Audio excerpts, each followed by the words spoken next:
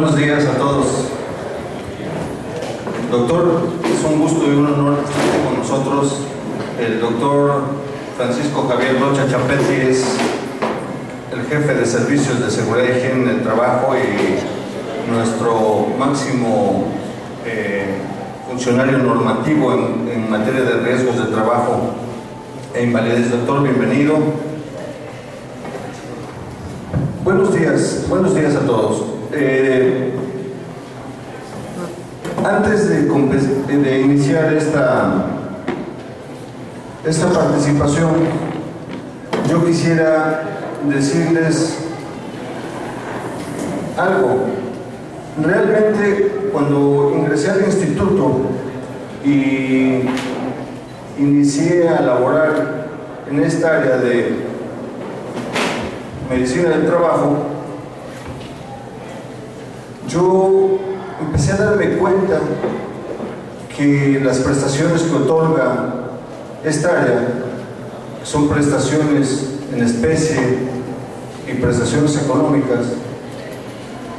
Me di cuenta que realmente es una de las prestaciones más bondadosas del instituto, pero también de las más desconocidas por nosotros, los derechohabientes del instituto. De manera tal que una de lo que nosotros teníamos pensado hacer fue que todos los trabajadores conocieran esta prestación. Tratamos de diferentes formas, dimos conferencias, visitamos dependencias, visitamos sindicatos, posteriormente hicimos talleres, pero en realidad yo concluí desde hace algún tiempo que la mejor manera de que nosotros podamos aprovechar el hecho de que ustedes vienen aquí haciendo el esfuerzo desde su dependencia, que vienen viajando de lejos para estar aquí hoy con nosotros, la mejor manera es hacerlo de manera platicada. Hace más o menos 2 años recibí una llamada telefónica de un compañero médico del Hospital Belisario Domínguez, que me dice: fíjate que tengo aquí conmigo a un profesor que tiene 42 años y este profesor quedó ciego porque se trasladaba de su casa a su trabajo y chocó. Yo le digo: ¿Cómo? A ver, platícame, ¿cómo es que él quedó ciego? El profesor trabajaba en Ocosocuautla y tiene su domicilio por ahí por Copainalá. Viajaba diario en una picotita, él manejaba sin cinturón de seguridad. Va viajando, lo choca un autobús de pasajeros, de esos que pasan bien repletos de gente, y lo choca en el lado del conductor. En el momento que lo choca, el señor se pega de frente contra el volante. Y en el momento que se pega de frente contra el volante, se pega exactamente en esta parte de la cara. Y en ese mismo momento le estallan los 2 globos oculares, completamente estallados. Pierde el control y sale de la carretera y se va a chocar contra un árbol. Profesor de 42 años, 3, 4 hijos, en etapa de adolescente, había escogido el 10º transitorio y no sabía realmente este profesor que tenía derecho a una prestación que otorga el instituto. Le digo al doctor: ¿sabes qué? Canalízamelo, mándamelo. Yo platico con el profesor y le pido de favor que me explique cómo fue el accidente, más o menos así como se lo estoy explicando yo a ustedes. Le digo: mire,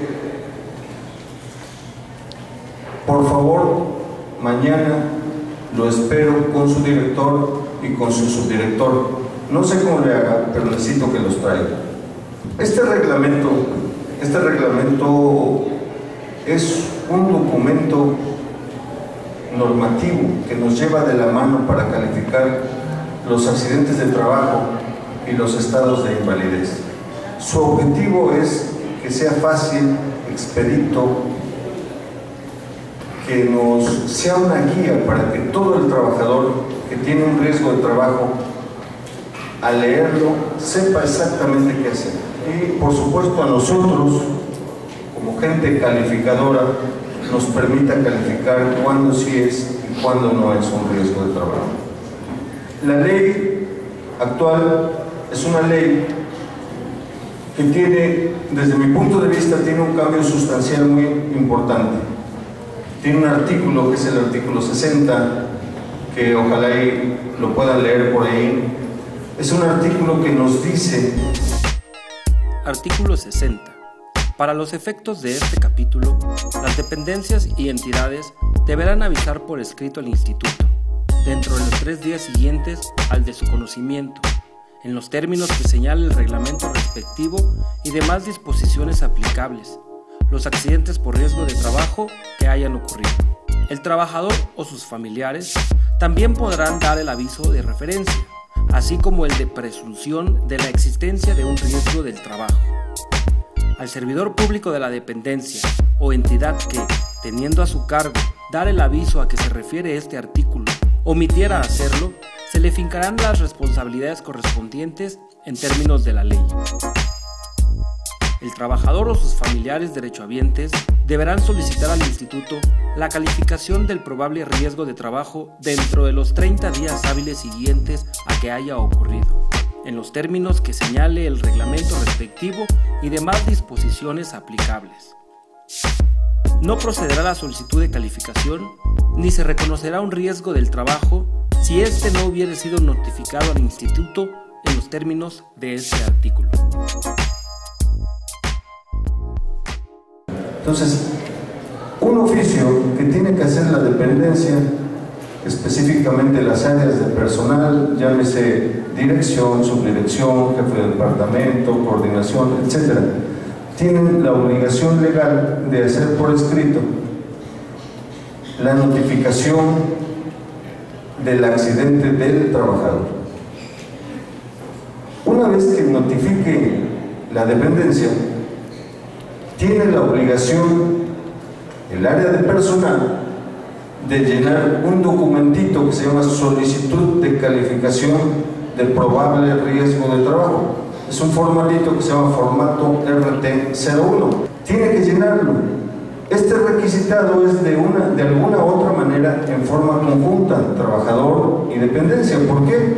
Porque tiene algunos datos del trabajador que la dependencia conoce y el trabajador tiene que firmarlo. También tiene que firmarlo la autoridad de esa dependencia, poner los datos del trabajador, su antigüedad, describir en forma breve y precisa en ese documento cómo fue el accidente y cuál fue su relación con el trabajo. Ese documento, junto con un acta administrativa por riesgo de trabajo, que tiene que ser una actita levantada, sobre todo con la participación de un representante de la dependencia, en este caso las áreas del personal, un representante sindical, 2 testigos, que pueden ser 2 testigos que presenciaron el accidente o 2 testigos que supieron del accidente, compañeros de trabajo, y firmas autógrafas. Inicialmente, con estos 2 documentos, el trabajador puede presentarse con su servidor o, en el caso de Tapachula, a la oficina de prestaciones de aquí. Inicialmente con esos 2 documentos. Ese es el segundo paso. En el momento que mete la solicitud del trabajador, el área de prestaciones le entrega un segundo formatito que se llama formato RT03. El formato RT03 tiene 3 presentaciones. La A, formato RT03A, cuando el accidente es en el centro de trabajo. El B, cuando el accidente ocurre cuando el trabajador sale de su domicilio y se dirige a su trabajo o viceversa. Y acá hay que comentarlo, el nuevo reglamento y la normatividad actual contempló el hecho de que el trabajadora se puede dirigir de domicilio, estancia de bienestar, estancia de la guardería de sus niños, domicilio, estancia, trabajo, viceversa. Entonces, esto apertura dentro del reglamento para la dictaminación, apertura este nuevo concepto. Antes era mucho más cerrado, era exclusivamente trabajo, casa, trabajo, en un trayecto lógico. Este se denomina accidente de trabajo en trayecto. Y el formatito RT03C es cuando nosotros salimos de comisión. Difiere uno del otro, difiere en pequeños detalles. Difieren en pequeños detalles uno del otro, pero la conformación, en el momento que se le da este formato al trabajador o a sus familiares, tiene 10 días hábiles para terminar de integrar el expediente. Una vez que está integrado el expediente del trabajador, nosotros lo que hacemos es someterlo a un subcomité estatal de medicina del trabajo. Este subcomité, por cargas de trabajo de cada uno de los integrantes, por las ocupaciones de cada uno, sesiona cada mes. Entonces vamos y presentamos todos los expedientes de riesgos de trabajo y de invalidez, los presentamos a este subcomité. El subcomité está conformado por gente de diferentes dependencias, médicos de la Secretaría de Salud, médicos de otros sindicatos de SST y gente de PETSE, gente de CENTE, del Sindicato de Trabajadores de la Educación. Entonces, estos expedientes se les pasan a cada uno de los integrantes, ellos lo analizan, se vota cada uno de los expedientes, se exponen y se dice si es procedente, no es procedente o está incompleto. Todos los documentos que están completos y que son precedentes se notifican al trabajador en el mismo formato de la solicitud. Se notifica al trabajador por escrito si fue accidente de trabajo y cuáles son los derechos a los que tiene. En el caso de que esté incompleto, se le notifica también por escrito al trabajador y a su dependencia y al área médica qué es lo que le falta al expediente, por qué está incompleto. Y cuando se niega la prestación que el trabajador solicita, entonces el formato RT01 lo firma en la parte posterior, además de su servidor, la jefa del departamento, el subdelegado y el señor delegado, donde se especifica por qué se niega la prestación y en base a qué. Y se le especifica al trabajador qué es lo que tiene que hacer en el caso de que esté inconforme con el dictamen que nosotros emitimos. El 30 de septiembre del 2008, en una sesión del Consejo del ISSSTE, se presenta este reglamento y se aprueba y se publica en el Diario Oficial de la Federación el 10 de diciembre del 2008 para que entre en vigor a partir del 11 de diciembre. La verdad es de que este documento tiene en su primer artículo algo muy importante. Tiene todas las definiciones de las que nosotros podemos tener alguna duda. ¿Qué es un accidente de trabajo? ¿Qué es una enfermedad de trabajo? ¿Qué es una incapacidad temporal? ¿Qué es una incapacidad parcial? ¿Qué es una incapacidad total? ¿Y cuáles son los beneficios por muerte de trabajador en el riesgo de trabajo? Volviendo a retomar el tema del trabajador con el que abrí la plática, este señor, en el momento que se presenta conmigo y se presenta con su director, se presenta con su supervisor, Ellos realmente desconocían las prestaciones por riesgo de trabajo. Entonces los orientamos, les dijimos, ¿saben qué? Lo primero que tienen que hacer, señor supervisor, es hacer un escrito al señor delegado, subdelegado, donde le diga cómo fue, a qué horas, cuándo y cómo se accidentó el trabajo.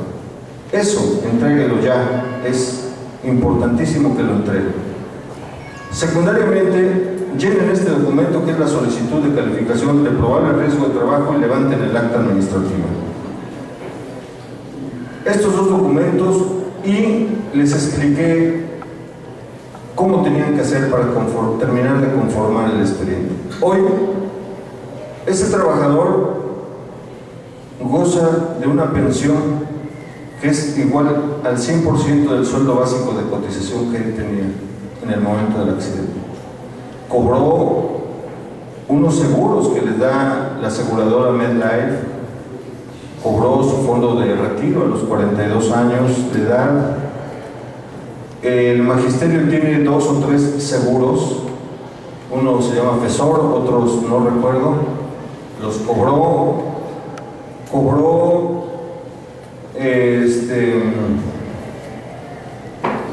algunas otras prestaciones que le da su sindicato y una ganancia extra más.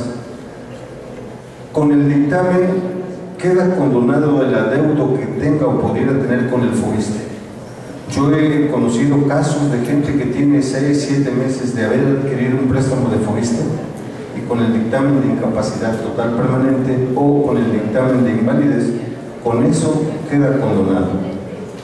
Si tiene adeudos de corto, mediano plazo, las famosas hojas rojas, con eso queda condonado, sea el tiempo que tenga el adeudo.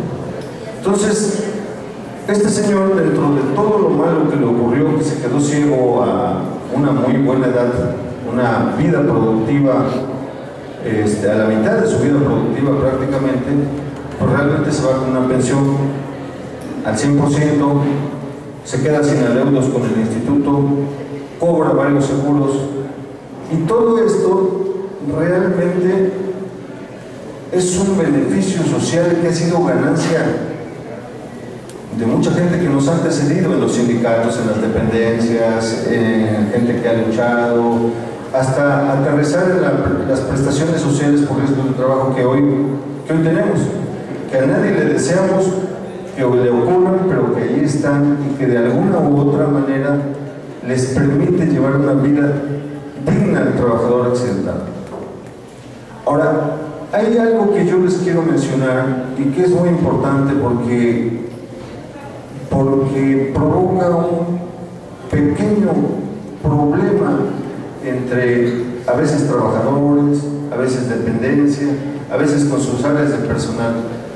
El reglamento para la dictaminación en materia de riesgo de trabajo e invalidez es un documento que aplica en todo el país. Todo el país, desde el norte hasta Mérida. Y es exactamente igual para un accidente muy grave, como la muerte de un trabajador o el caso del trabajador que quedó ciego, hasta para un accidente muy pequeñito, como es una pinchadura de una compañera enfermera que se contagia con un paciente con una enfermedad potencialmente infecciosa. Es exactamente los mismos requisitos. ¿Qué pasa cuando la trabajadora o el trabajador que tiene un accidente pequeño que le da una incapacidad de pocos días trata de integrar su expediente? Pues se encuentra que nosotros le pedimos un documento, que si fue un accidente en trayecto, le pedimos la averiguación previa, le pedimos la copia certificada de la averiguación previa, le pedimos otros documentos que a veces se les hacen muy engorrosos de conseguir y piensan que son demasiado para la prestación que van a tener. Pero hace poquito llegó con nosotros una jovencita de 21 años a la que le mataron a su esposo. Ella es de aquí, de Tapachula. Mataron a su esposo porque era judicial federal. Lo mataron en el Estado de México, víctima de la cuestión social que vivimos. Entonces matan al esposo, un hombre joven de 30 años, y a nosotros nos mandan una notificación del accidente y ella se presenta al área de su servidor, le damos los requisitos y al reunir toda la documentación ella tiene que trasladarse al Estado de México, porque ahí fue donde se levantaron todos los documentos. Paga gastos de avión, paga estancia de hotel, alimentación por cuenta propia, sin tener ya el ingreso del esposo. Entonces, cuando ella consigue toda la documentación y se califica y se le ve la prestación, pues para ella evidentemente vale la pena, incluso todo el gasto que hizo. No así para el trabajador que se machucó, cayó de la motocicleta, que tuvo una fractura leve de algún hueso del pie, que se le pide toda esta serie de documentos y que a él o a ella le parecen excesivos los documentos que le pedimos. Eso nos crea cierto conflicto. Y otra cosa que nos crea cierto conflicto también es el hecho de que las actas administrativas muchas veces no tienen la parte medular que debe de tener un acta administrativa. Inclusive, a sugerencia del amigo Romeo de los Santos, que está por aquí, que ya lo vi, hace mucho tiempo me dijo: mira, doctor, ¿sabes qué? Diles que levanten el acta administrativa y que le pongan el apellido de por riesgo de trabajo. Eso me lo dijo hace tiempo. El reglamento ya la contempla que venga así, acta administrativa por riesgo de trabajo. Antes se levantaba el acta administrativa y cuando citaban al trabajador le decían: te voy a levantar un acta administrativa. El trabajador ni iba porque tenía miedo, pensaba que alguien le iban a quitar alguna prestación o que le iban a hacer algo. Entonces, el acta administrativa, hice por ahí un machote que traigo en mi USB, que con gusto se los dejo a su disposición para quien tenga alguna duda de qué debe de tener el acta administrativa en forma medular, cómo se debe de situar, en qué área, quiénes tienen que participar, cómo tiene que declarar la persona, quiénes son los que deben declarar, y obviamente deben ser firmas autógrafas. Dos aspectos que me surgen duda. Habla usted de cuando alguna persona sufre, algún trabajador sufre un accidente, tiene 72 horas para hacer conocimiento a las autoridades, ¿no?, correspondientes. Si en dado caso hubiera una negligencia de parte de los familiares del accidentado, ¿cómo proceder? Número uno. Número dos, sus servidores, profesor de educación física, que es ¿cómo podemos determinar una incapacidad parcial y una incapacidad total? El artículo 60 contempla, y el artículo 3 y 4 del reglamento para la dictaminación en materia de riesgos de trabajo contempla algo que es algo sencillo realmente. El trabajador, en el momento que tiene el accidente, fíjese qué bueno que hace esta pregunta, porque alguna vez yo, platicando con mi esposa, le decía: oye, fíjate que el artículo 60 da 30 días hábiles para notificar, para reclamar. Dice: pues mira, si algo te pasara a ti, yo no tendría la mente para andar reclamando prestaciones. Y qué bueno que está el doctor Rocha Chapetti, porque desde mi punto de vista creo que ese artículo podría ampliar el plazo de reclamar un riesgo de trabajo, desde mi punto de vista. Salvo mejor opinión, doctor, pero compañero, más o menos aplica así el artículo 3 y 4 del reglamento y el artículo 60. En el momento que el trabajador tiene un accidente de trabajo, y hago remembranza ahorita a un riesgo de trabajo de un compañero de usted de la zona de Por los Altos, señor que viene en su vehículo, el vehículo que viene adelante se frena, él trata de no chocarlo porque venía fuerte, se sale y se estrella. Lo notifica, ella ve que lo notifiquen en los 3 días que marca el reglamento, pero este profesor queda en terapia intensiva un tiempo, porque con un traumatismo craneoencefálico severo, en estado de coma. Y la opción que tenemos, compañero, es meter la solicitud de calificación de probable riesgo de trabajo en los 30 días hábiles siguientes a que ocurra el accidente, que es el formato RT01. Al meter ese documento, el artículo 16 del reglamento nos permite malabarear un poco y un colchón de 6 meses más a partir de la fecha de la solicitud para integrar completamente el expediente. Entonces, sí hay forma legal de hacerlo un poco más amplio. El artículo 60 en el segundo párrafo dice que el trabajador tiene 30 días hábiles para meter su solicitud. Y en el momento que él meta su solicitud, en el momento que nosotros lo recibimos, en ese momento el propio reglamento le da 6 meses más para que consiga todos los documentos. Claro, hay una serie de detallitos donde el trabajador o el solicitante tiene que meter un escrito justificando las causas por las cuales se ha retrasado, que pueden ser muchas.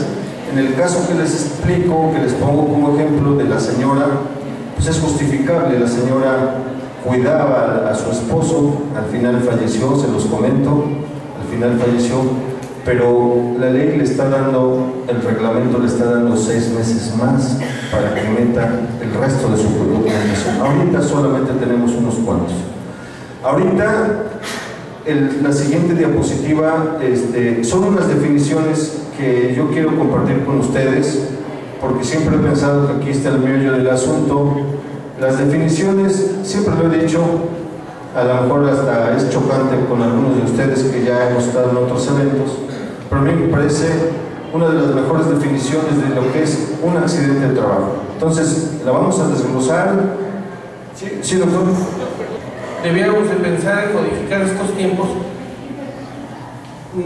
Mi equipo de trabajo y yo somos los responsables del reglamento, pero no legislamos. La ley la hicieron los diputados y ahí pues no tenemos capacidad para modificarla. Pero siempre nos da la posibilidad de emitir un reglamento que regule cómo vamos a dar la prestación que señala la ley. Y entonces al reglamento sí le metimos una salvedad que decía el doctor de los artículos 3 y 4. Y si se fijan, los pusimos en el artículo 3 y 4, no los pusimos en el 128 o en el 46. Y esto les da la idea de la importancia que le quisimos dar a esta parte para no dejar en indefensión a los trabajadores que tienen este tipo de riesgos del trabajo. El artículo 60 dice que la dependencia está obligada a dar el aviso al instituto en los términos que señala el reglamento en los 3 días posteriores al de su conocimiento. Pero señala además también, y así lo dice la ley, que el aviso lo puede hacer el trabajador o lo pueden hacer sus familiares. Y bueno, ante la falta del trabajador que está en una unidad de cuidados intensivos y de los familiares derechohabientes que andan entre rezando para que mejore la salud del accidentado y muchas veces consiguiendo apoyos de todo tipo para la atención de la salud del accidentado, pues también, y aquí hay muchos representantes sindicales que también puedan apoyar dando este aviso, ¿no? Y le metimos estas salvedades, y la más importante es cuando se demuestra causa de fuerza mayor. Y bueno, decimos que se demuestra causa de fuerza mayor a satisfacción del instituto. Y Y si alguien llega y me dice, oiga, pues no hice el trámite porque estaba en una unidad de cuidados intensivos con pérdida del estado de alerta, pues yo creo que me resulta suficiente elemento para considerar la causa de fuerza mayor. Y además entiendo la parte humana donde la señora, decía el doctor, en el caso de la señora, pues en ese momento, de entrada, la gran mayoría no somos especialistas en tramitar un riesgo de trabajo, que además los familiares andamos preocupados por la salud y la vida del accidentado. Por eso le metimos esa salvedad. No podemos legislar, nosotros no podemos cambiar la ley, pero sí le metimos al reglamento los mecanismos para que podamos de alguna manera en beneficio del trabajador. ¿Sí? ¿Qué pasa? Aquel que se tuerce un tobillo, que tiene un esguince, que puede ir caminando al servicio de urgencias del instituto, que no pierde el estado de alerta, que a lo mejor a lo sumo le ponen una férula posterior o alguna cosa así, y que puede en un escrito libre, aunque sea a mano, avisarle al instituto. Y bueno, se los digo desde la experiencia, si yo tengo un riesgo de trabajo y estoy en condiciones de avisarle al instituto, le aviso yo no me espero que el administrativo de mi dirección de prestaciones le avise al instituto, porque a lo mejor me quedo en la indefensión porque al señor se le olvidó, o le aviso yo, ¿no? Y cumplo con esa parte de los 3 días de avisarlo. Viste, te aviso, respecto al primer párrafo del artículo 60, pues te aviso que sufrió un accidente de trabajo y fue tal día a tales horas trasladando de mi casa al centro de trabajo o viceversa, y con eso ya cumplí la parte del aviso. Y tenemos 30 días hábiles, que son 6 semanas, para solicitar la calificación. Entonces yo, mi punto de vista, y lo digo con todo respeto, que creo que el tiempo lo tenemos sobrado, generosamente sobrado en este sentido. Y otro comentario que quería hacer de todas estas prestaciones y beneficios que nos comentó el doctor. Lo más interesante de todo esto es que adicionalmente a todos estos beneficios que tenemos, los trabajadores no aportamos un solo centavo para el seguro de riesgos de trabajo, lo paga la dependencia. La dependencia donde trabajamos paga el 0.75% del sueldo cotizable de cada uno de nosotros, y en este caso, en el seguro de riesgos del trabajo, el trabajador no cotiza. Es con lo que paga la dependencia.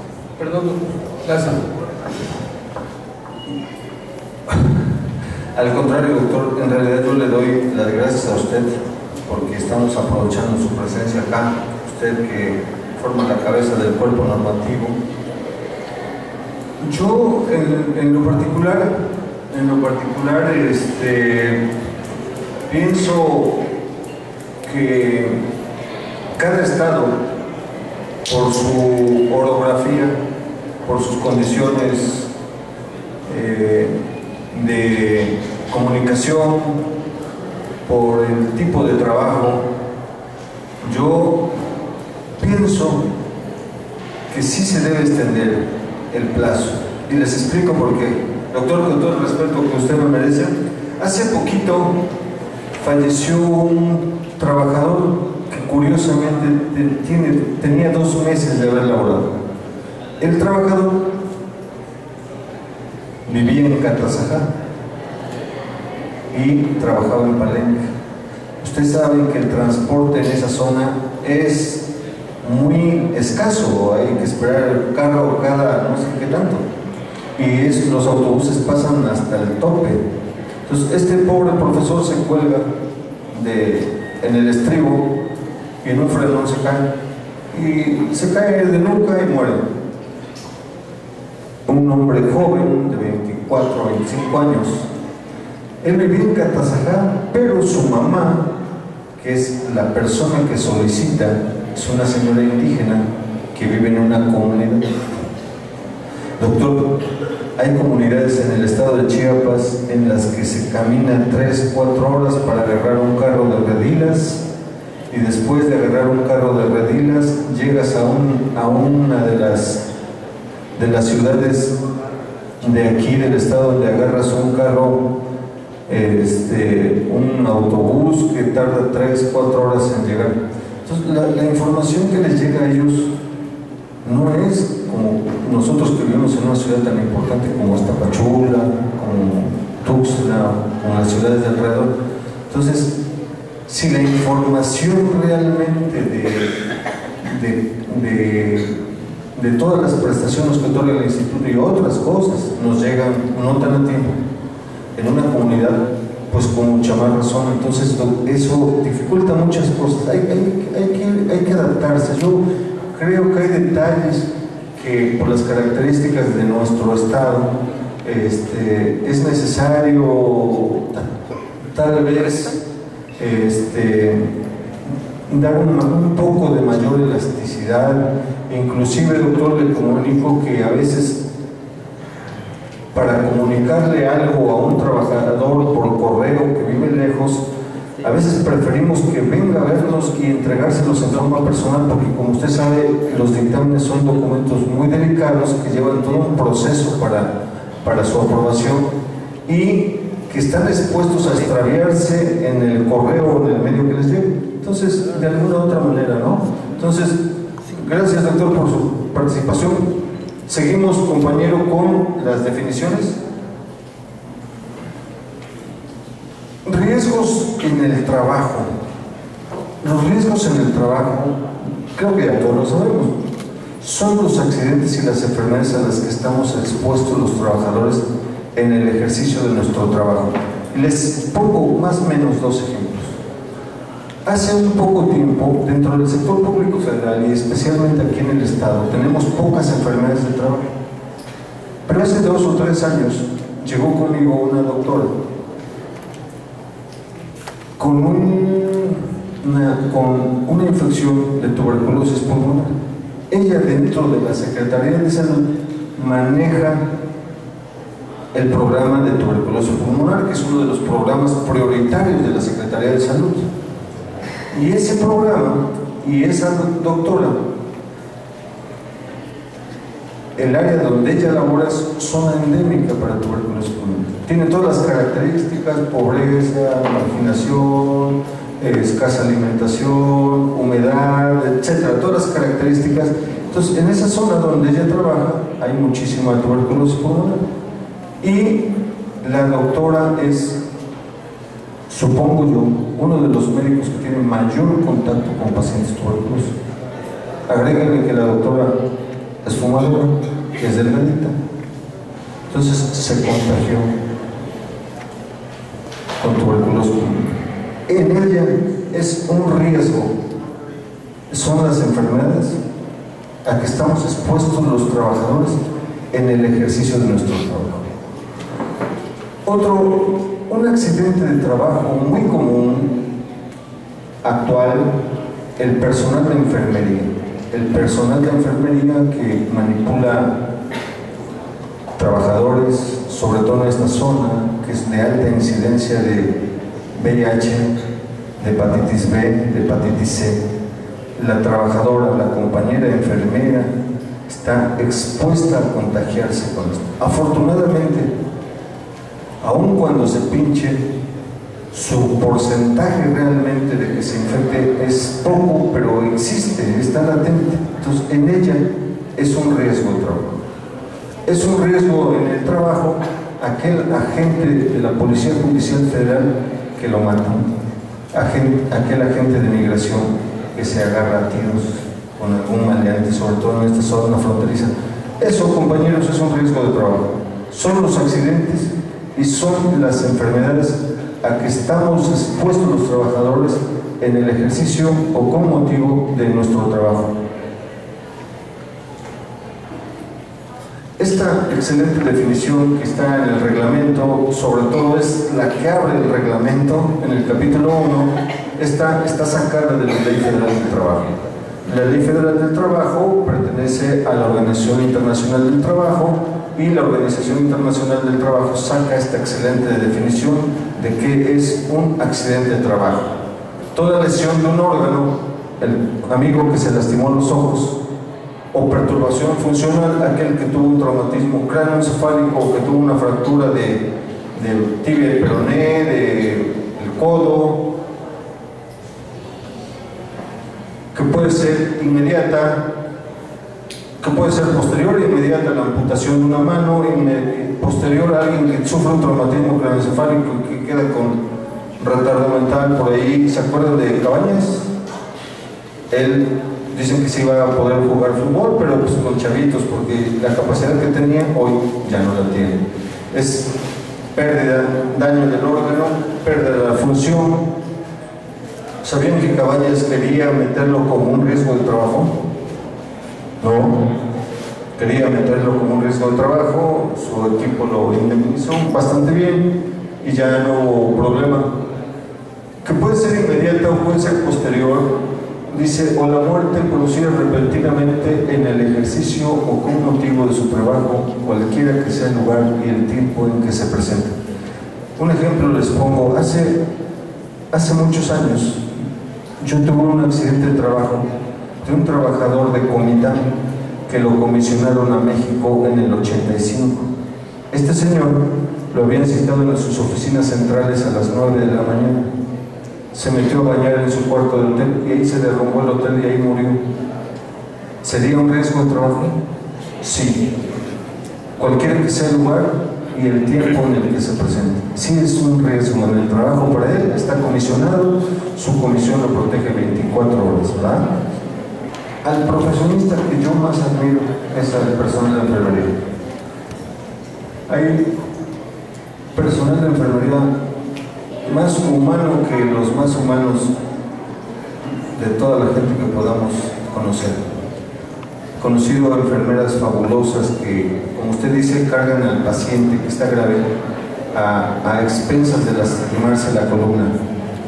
Eso es importante lo que le comento, porque yo pienso, estoy en acuerdo con usted, que existen muchas lumbalgias en el personal de enfermería. El mayor problema es que no están notificadas. Entonces, al no estar notificadas, no las podemos reconocer, pero sí se puede reconocer como un accidente de trabajo. Si se levanta su acta administrativa, si se hace todo el proceso para la dictaminación, se puede reconocer. Ahora, hay que comentar algo acerca de las lumbalgias. Las lumbalgias son una de las patologías que son más difíciles de diagnosticar con exactitud. Usted lo sabe, son muy difíciles. Hay gente que ya tiene procesos con anterioridad y que un pequeño esfuerzo salta por ahí el dolor o una hernia de disco o la compresión de un nervio. Pero yo estoy seguro de que si ustedes hacen el procedimiento como debe de ser, como se lo estamos explicando, tienen que reconocerse. No es una enfermedad, pero sí es un accidente de trabajo y sí debe ser reconocido. El problema, como le explico, es a veces el hecho de que no hacen las notificaciones como las deberían de hacer. Estoy de acuerdo con usted. Esto hay que compartirlo con sus compañeras, hay que llevarlo a cabo, hay que hacerlo. Seguimos con la segunda parte de esta definición, que dice: así como aquellos que ocurren al trabajador al trasladarse directamente de su casa a su trabajo. Y les decía que el reglamento ya contempla el hecho de que sales de tu trabajo, vas a dejar a tus hijitos y de ahí te diriges a tu casa o viceversa. Ya está contemplado en el reglamento. Anteriormente no estaba contemplado y se aplicaba estrictamente accidente de trabajo, un trayecto era que casa-trabajo, trabajo-casa. Si te desviaste por motivos personales, ya no entra en esta definición y por lo tanto ya no es un riesgo de trabajo. Hoy está reconocido legalmente el accidente de trayecto cuando haces ese recorrido. Aquí, compañero, es las definiciones que les decía, que es una incapacidad temporal. Dice que es la pérdida de facultades o aptitudes que imposibilita parcial o totalmente a una persona para desempeñar su trabajo por algún tiempo. La incapacidad parcial es la disminución de facultades o aptitudes de una persona para trabajar, y la incapacidad total es la pérdida de facultades o aptitudes de una persona que la imposibilita para desempeñar cualquier trabajo por el resto de su vida. Vamos a suponer, les voy a poner un ejemplo de un caso real. Era un trabajador de X dependencia, el trabajador chofer, y también hacía las funciones de cargador, un hombre diabético, 55 años de edad, lleva un carrito de redilas, era su carrito donde trabajaba, cargaba, desplazaba. Entonces, un día agarra unos bultos y se cae de la camionetita de redilas, y al momento de caerse, cae con las piernas abiertas y tiene una fractura de la cabeza del fémur. La cabeza del fémur es la que embona en el huesote que tenemos, que se llama pelvis. Entonces, esa parte del hueso, el cuello, es una zona que le llega poca sangre y es muy susceptible de fracturarse. Y en un paciente diabético, pues mucho más. Entonces este amigo se cae y se notifica por su dependencia, llega su esposa, mete su solicitud, integramos el expediente y lo calificamos como sin riesgo de trabajo. El subcomité de medicina del trabajo dice que sí fue un accidente de trabajo porque él estaba ejerciendo su actividad como chofer y como cargador y se cayó y se lastimó, sin riesgo de trabajo. Entonces, una vez que lo dictaminamos en la parte posterior del formato RT01, solicitud de calificación de riesgo de trabajo, ese formatito es un formato que en la parte anterior describe exactamente el nombre, su RFC, su CUR, sus actividades, su antigüedad, la fecha y la hora en que él se accidenta, y describe en forma breve cómo fue el accidente y su relación con su trabajo. Y en la parte de abajo viene la firma de las autoridades y el nombre del jefe inmediato superior del trabajador. En la parte posterior, en el momento que lo dictaminamos, ponemos la fecha en que él se accidenta, ponemos la fecha en que él recibe la primera atención médica y los diagnósticos. Revisamos su expediente clínico, por supuesto, ponemos los diagnósticos y hacemos una breve descripción de cómo dictaminamos en base a lo médico y también a lo legal, que es el instituto. Y lo firma su servidor, lo firma mi jefa, lo firma mi jefe, el maestro, y se lo notificamos al trabajador por escrito: sí señor, tuviste un accidente de trabajo que te ocasionó una incapacidad temporal porque temporalmente estás lastimadito. ¿En qué consiste esta prestación para él? Consiste en que desde el primer día de la incapacidad, el instituto lo va a proteger de dos maneras. Le va a dar toda la atención médica, que bueno, ustedes dirán que pues sí la tenemos, pero en algunos casos que el trabajador sale de su trabajo, él sigue con atención médica porque es riesgo de trabajo. Entonces se le da la atención médica, pero su dependencia, con ese dictamen que también le mandamos en este caso a las gentes de personal, su dependencia tiene la obligación de respetar su salario todo el tiempo que él esté incapacitado por esa lesión. Y aquí, cuidado, ¿por qué compañeros? Porque hay veces en que les cambian el diagnóstico, y si les cambian el diagnóstico ya les metieron un pequeño lío. Entonces, todas las incapacidades que ampara la incapacidad temporal son incapacidades por el diagnóstico, en este caso fractura de cabeza de fémur. Y ahí se va, como era diabético este amigo, se fue como 11 meses. Lo da de alta a su médico y le emite otro formato que se llama formato RT09. Este formato probablemente ya lo conozcan, es un formato muy particular, un número de folio que la gente de México nos manda con un numerito y tiene unos códigos de por ahí de seguridad. Nosotros los cuidamos bastante porque sirve para bastantes cosas. Entonces, este formatito lo expide su médico, le realiza nuevas valoraciones y vemos que el trabajador quedó con una secuela. el trabajador quedó con su miembro inferior, donde fue la lesión, un poquito más cortito. Le tienen que poner un zapato especial, le tuvieron que poner una prótesis. Y aquí algo importante, compañeros, cuando se califica el riesgo de trabajo, el instituto tiene la obligación de pagar la prótesis. Y en el caso de este señor, las prótesis de cabeza de fémur son muy caras.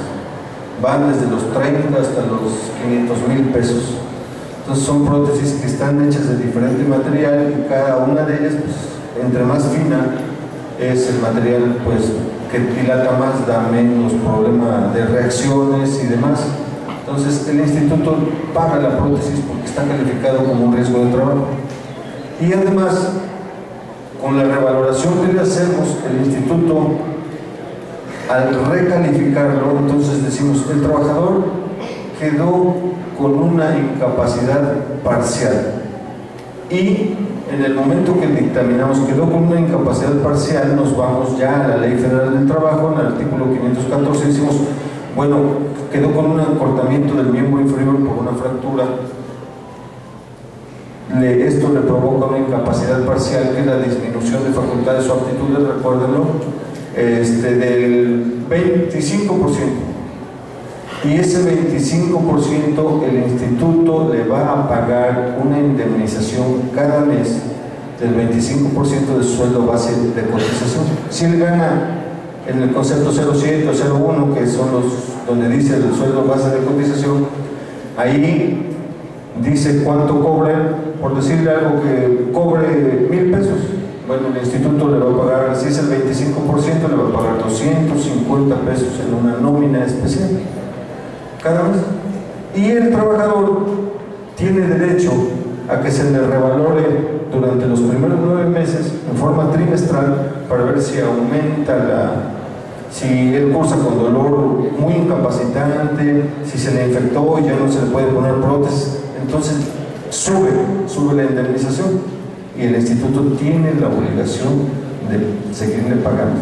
Pero aquí, algo importante, compañeros, como el señor era chofer, evidentemente ya no va a ser chofer, ya no puede ser chofer, o sea, no puede pedal, ¿no? Entonces, en el mismo dictamen que le hacemos el formato de revaloración, nosotros decimos, el trabajador tuvo un accidente de trabajo que le ocasionó una secuela y que le impide seguir laborando como chofer. La dependencia tiene la obligación de cambiarlo de actividad.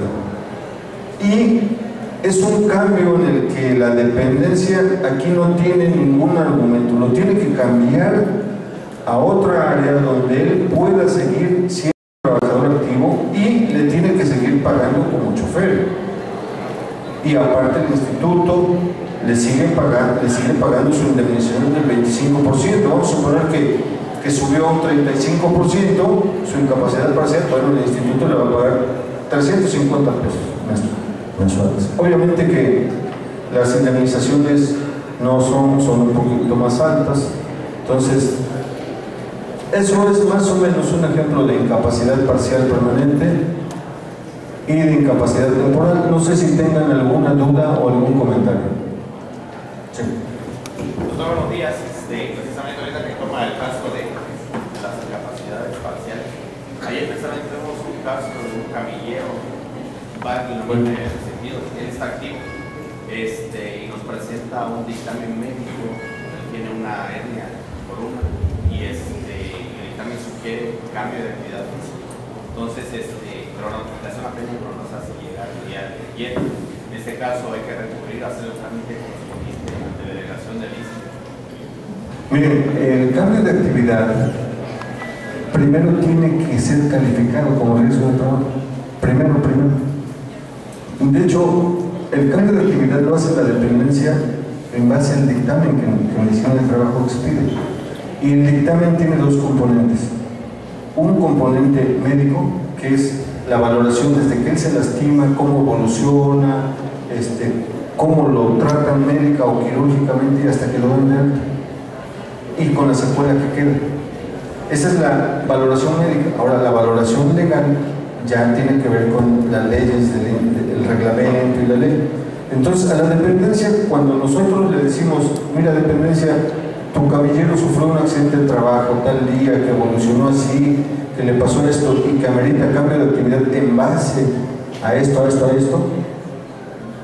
tiene que ser en el formato que le menciono, que es el formato RT09. Ningún otro documento tiene esa validez que tiene ese formato, porque detrás de ese dictamen hay un expediente clínico y hay un expediente de riesgo de trabajo, ¿entienden? Entonces, es usual que en algunas dependencias soliciten un certificado médico en el hospital de su clínica de adscripción y en la clínica de adscripción el médico que le hace el primer contacto sugiere, en base a una o dos valoraciones médicas, sugiere un cambio de actividad. Esa sugerencia puede acatarle la dependencia en base a una interrelación sindicato-trabajador, pero como no tiene base legal, también la dependencia puede que no la acepte, ¿entienden? Y ahí, desafortunadamente, el trabajador y el sindicato no tienen argumentos para pelear. En cambio, cuando es el dictamen, es de ley, es obligatorio para la dependencia. Quiera o no quiera, lo tiene que acatar, porque de no acatarlo se mete en problemas legales la persona que niegue esa prestación. Es una prestación, ¿sí? Auxiliar de plantel en una zona rural, lo mandaron a bajar cocos con una varilla. Al bajar, él se sube a la palmera y al tratar de pinchar los cocos no se da cuenta que arriba pasa un cable de alta tensión y queda así como de caricatura, así como del coyote y el correcaminos, queda así, colgado con la varilla, electrocutado y obviamente muerto en ese momento. Me acuerdo de otro accidente muy particular en el que el trabajador vivía en una comunidad, salía a la carretera en bicicleta, subía su bicicleta en la redila, bajaba en un lugar y de ahí agarraba su bicicleta para irse a su centro de trabajo en otra comunidad. Hacía ese recorrido siempre. Y un día, el carro en el que iba se para debajo de un poste de alta tensión, agarra su bicicleta y se electrocuta. Ahí muere. Y la verdad, conozco varios casos que son muy particulares que, bueno, aprovecho la ocasión, tenemos 2 horitas para comentárselos. Me acuerdo de un caso tengo 2 casos que son muy particulares. Uno, y que a mí como persona me ha enseñado muchas cosas. Era un trabajador de la reforma agraria. El señor le daban un vehículo oficial, un Volkswagen, se va a una comunidad y de regreso él tenía que cruzar un puente metálico, un puente de esos de fierro. Entonces el puente tiene un desnivel en relación al piso. Llega, choca con las 2 llantas, choca con el desnivel y se estrella contra uno de los postes el carro. No le pasó absolutamente nada, pero él quedó desnucado. El clásico golpe de latigazo lo mató en ese instante y quedó en apariencia íntegro, pero con sección medular y muerto. Y un caso que la verdad está bien curioso. Era un profesor que va a una reunión, de regreso viaja en un carro de redilas. El carro de redilas se voltea porque iba lleno, se voltea y el profesor cae en un canalito de drenaje de agua pluvial como de 50 centímetros, queda con la mitad de la cara metida y muere ahogado. Entonces, compañeros, realmente los accidentes existen, los accidentes de trabajo son reales. y ocurren en el momento en el que menos pensamos. Le ocurren al directivo más alto de la dependencia, al trabajador más humilde. Nos ocurren, están ahí, son más de lo que ustedes piensan. La gravedad de los accidentes, su índice de alto riesgo es alto. Nosotros tenemos en nuestra estadística los casos de muerte van entre un 30 y 40% de cada 100 casos que tenemos, que es bastante alto. Entonces, el hecho de que ustedes conozcan esta prestación realmente es para que la compartan, para que lo platiquen con su gente, para que vean, para que la difundan, para que la lean, para que el reglamento lo distribuyan, los documentos también. Entonces, yo francamente los invito a que compartan esto. Las prestaciones que otorga el instituto, con todas las deficiencias que tiene nuestro instituto, realmente son bastante buenas, y yo siempre he creído que son una ganancia de todos nosotros. Todos ponemos algo para tener mejores. Por ejemplo, ahorita tenemos la fortuna de estar con el doctor Rocha Chapetti, que él realmente fue el artífice de este reglamento junto con su equipo de trabajo, y como él bien lo decía, él no puede cambiar la ley, eso es cierto, todos lo sabemos, pero sí pusieron su grano de arena y modificando algo del reglamento, haciéndolo que pueda tener sus recovecos que aplicados son beneficiosos para nosotros los trabajadores. Ponemos, ya quedó claro la incapacidad temporal, ya quedó clara la incapacidad parcial y la incapacidad total. El ejemplo que pusimos fue del compañero trabajador que quedó ciego, más o menos ya quedó. Por muerte de trabajador, hace unos 2-3 meses rescatamos, más o menos como lo plantea la compañerita, rescatamos 3 casos de 3 maestros que fallecieron. Y aquí les quiero comentar algo. En realidad el instituto está abierto para todos ustedes. Los trámites son gratuitos. No se les cobra absolutamente nada, ni hay por qué cobrarles o pedirles absolutamente nada. Y se los comento esto por lo siguiente: las 3 señoras, 2 viudas y una señora que murió su hijo, su dependencia mete la notificación en tiempo. Bien, en el momento que a ellas les dicen que tienen que meter su solicitud y hacer su tramitación, las 3 contratan a un abogado. Y a las 3 el abogado se las lleva al baile y se desfasa en tiempo. 3-4 meses se desfasaron. Costó mucho trabajo porque su servidor pues tiene que aplicar el reglamento hasta donde la ley nos permite. Entonces, en el caso de esas 3 señoras, vimos la manera de hacerlo lo más elástico posible, porque teníamos la convicción, de hecho, habíamos analizado los expedientes, teníamos la convicción de que sí había sido un accidente de trabajo y que los 3 fallecieron en el accidente. O sea, sí teníamos la seguridad de esto. El único problema era que se habían desfasado con los tiempos. Entonces, en el caso de ellas, afortunadamente pudimos hacer lo más elástico esto.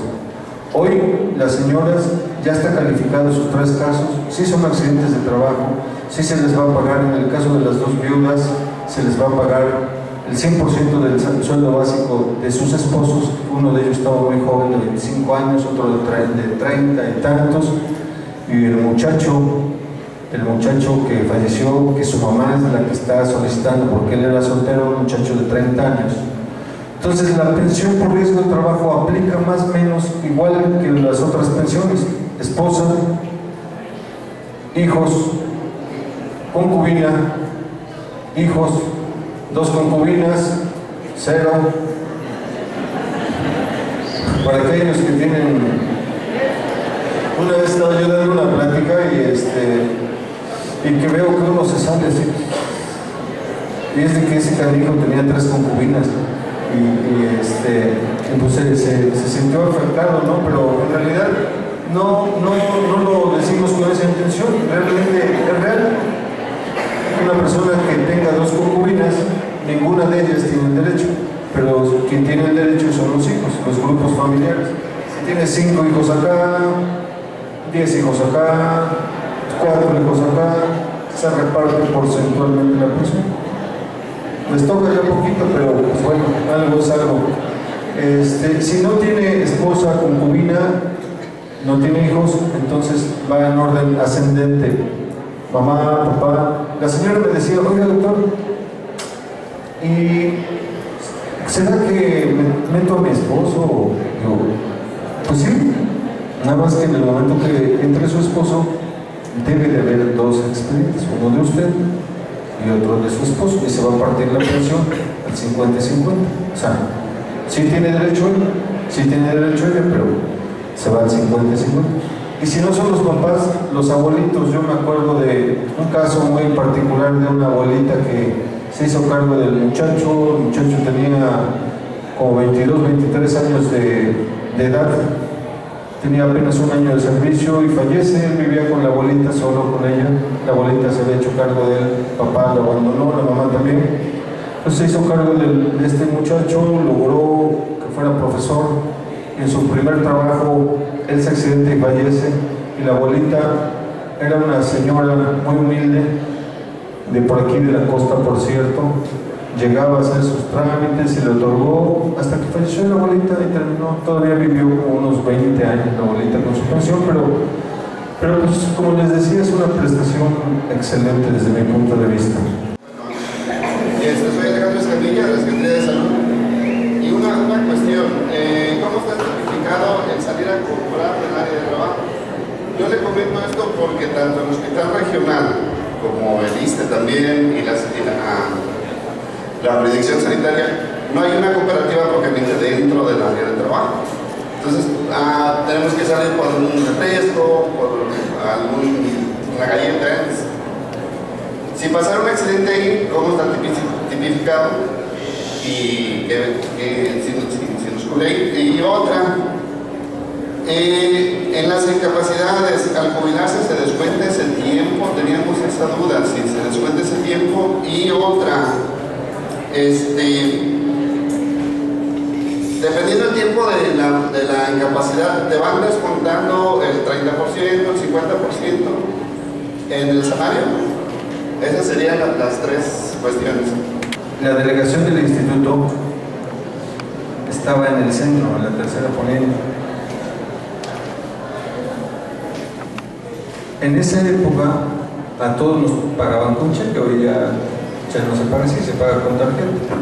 Entonces, mis compañeritas iban, cambiaban su cheque, porque por ahí estaba el banco, y se iban a una tienda departamental que está por el centro. Y en esa tienda departamental hacían sus pagos, cobros, compras de ropa y demás.